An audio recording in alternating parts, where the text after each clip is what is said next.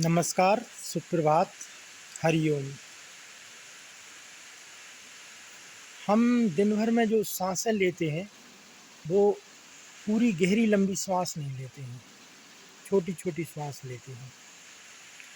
शास्त्रों में ऐसा कहा गया है कि जितनी आपको श्वासें दी गई हैं, उतना ही आपका जीवन है। तो श्वासें निश्चित हमें मिली हुई हैं, ये हमें पता है। तो उन श्वासों को जितनी जल्दी खर्च किया जाए, तो जीवन उतने ही जल्दी खत्म होगा, ऐसा शास्त्रों में वर्णित है। तो श्वासें यदि गहरी लंबी ली जाए, उसका समय बढ़ाया जाए, तो जीवन काल को भी बढ़ाया जा सकता है। ऐसा योग शास्त्र में विदित है। तो प्राणायाम ही एक ऐसा माध्यम है जिसके द्वारा श्वासों को पूरा गहरा लंबा लिया जाता है और छोड़ा जाता है। तो श्वासों का जो समय है वो बढ़ता है। तो कुछ प्राणायाम ही यदि आपने सुबह सुबह ऐसे मनोरम वातावरण में यदि आप करते हैं, शुद्ध प्राणवायु आपके शरीर के अंदर जाती है, तो आपकी सारी नस नाड़ियों तक शुद्ध ऑक्सीजन, शुद्ध प्राणवायु पहुंचती है। जैसे पहले भ्रस्तिका प्राणायाम। भ्रस्तिका प्राणायाम में क्या करना है, आपको गहरी लंबी श्वास भरना है, छोड़ना है, पूरी श्वास भरना है। जब श्वास भरेंगे तो पेट फूल जाएगा, श्वास छोड़ेंगे तो पेट पूरा पिचकना चाहिए, इस तरीके से। यदि बीपी है तो आराम आराम से करें, यदि बीपी नहीं है तो आप तेजी से भी कर सकते हैं।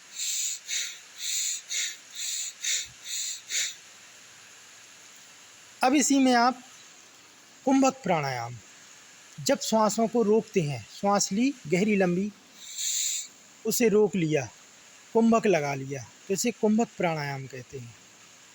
कुंभक प्राणायाम जितना आप इसमें समय देंगे, जितना ही रोकेंगे, आपको उतना ही लाभ होगा। पूरी जो है शुद्ध ऑक्सीजन प्राणवायु आपके शरीर की एक एक नस नाड़ियों तक पहुंच जाएगी, और जहाँ पे भी शरीर में रोग है, दर्द है, पीड़ा है, वो ठीक होगी। तो ये है कुंभक प्राणायाम। श्वास को खींचना है, पूरक रोकना है, कुंभक यथाशक्ति रोके रहना है, छोड़ देना है। ये आप श्वास को छोड़ देंगे। तीसरा है अनुलोम विलोम प्राणायाम। अनुलोम विलोम प्राणायाम में दाई नासिका को बंद करके बाई नासिका से श्वास को भरना है, फिर बाई नासिका को बंद करके दाई नासिका की श्वास को छोड़ देना है। दाई नासिका से भरेंगे, बाई से छोड़ेंगे। ध्यान रखें, इसमें श्वास को पूरा गहरा लंबा श्वास आपको भरना है और छोड़ना है, पूरा गहरा लंबा श्वास। जितना आप गहरा लंबा श्वास भरेंगे, उतना ही आपको अधिक लाभ होगा। इसी में है नाड़ी शोधन। क्या करना है, अब जिस तरह हमने कुंभक भ्रस्तिका में लगाया, उसी तरह अनुलोम विलोम में राइट नोस्ट्रल को बंद करेंगे, लेफ्ट से श्वास को भरेंगे। अब श्वास को रोक देंगे, यथासंभव जितनी आपकी सामर्थ्य हो उतनी देर आप रोकें। फिर लेफ्ट को बंद करेंगे और राइट से श्वास को छोड़ देंगे। राइट से लेंगे, फिर रोकेंगे कुछ देर, फिर छोड़ देंगे। तो ये था अनुलोम विलोम और नाड़ी शोधन।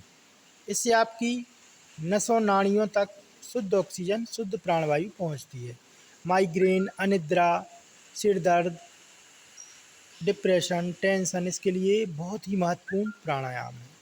अगला प्राणायाम है उद्गीत प्राणायाम। ओम का उच्चारण गहरा लंबा करना है। आंखें बंद, मन सहज। ओ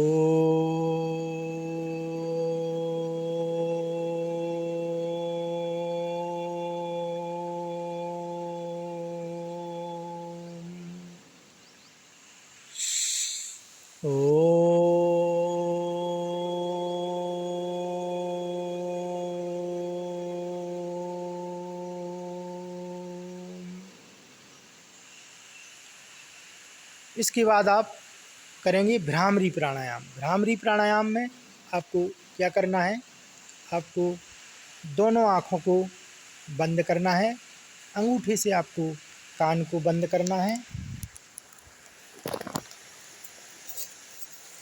इस तरीके से, और भौंरे जैसी गुंजन करना है। गहरा लंबा श्वास।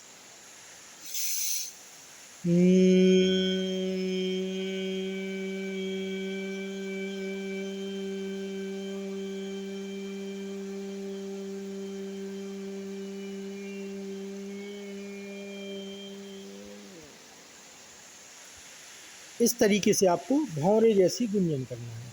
इसके बाद आपको कम से कम 5 मिनट मेडिटेशन ध्यान करना है। इस तरह से मुद्रा बना लें या फिर ऐसे गोदी में भी रख सकते हैं आप, और हमें ध्यान करना है। अपने इष्ट का ध्यान कर सकते हैं, या तो सबसे सरल विधि है ध्यान की, अपनी श्वासों पे ध्यान केंद्रित करें। ऐसा महसूस करें कि हम प्राकृतिक वातावरण में, सुरम्य वातावरण में हैं और ध्यान कर रहे हैं। ध्यान में हम डूब जाएं, थोड़ी देर मौन हो जाएं।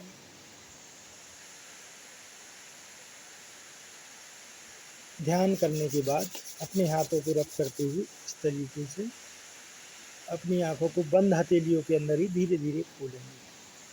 तो इस प्रकार से ये इतनी ही चीज़ें आप करते हैं।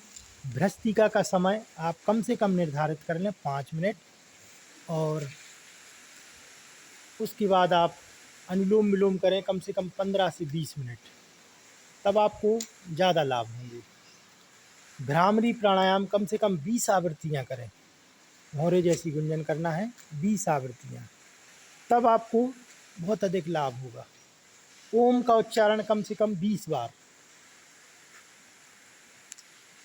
ध्यान कम से कम 10 मिनट। तो आपको यदि माइग्रेन है, अनिद्रा है, डिप्रेशन है, टेंशन है, तो ये सब चीज़ें आपकी ठीक होंगी। तो माइग्रेन के लिए और मैं एक विशेष बात बता दूं कि कब्ज के कारण ही सारी बीमारियां हैं। तो कब्ज अपनी ठीक रखें, पेट साफ रखें, सुबह खाली पेट एक सेब खाएं, रात में तांबे के पात्र में पानी भर के रख दें, तो सुबह उठ के उसी तांबे के लोटे का जल आप सेवन करें। और फाइबर युक्त चीज़ें खाएं, अंकुरित खाएं, ज़्यादा तेल मिर्च मसाले इस तरह से चीज़ें ना लें, और पानी का सेवन खूब करें, तो आपका माइग्रेन ठीक हो जाएगा। धन्यवाद। हरि ओम।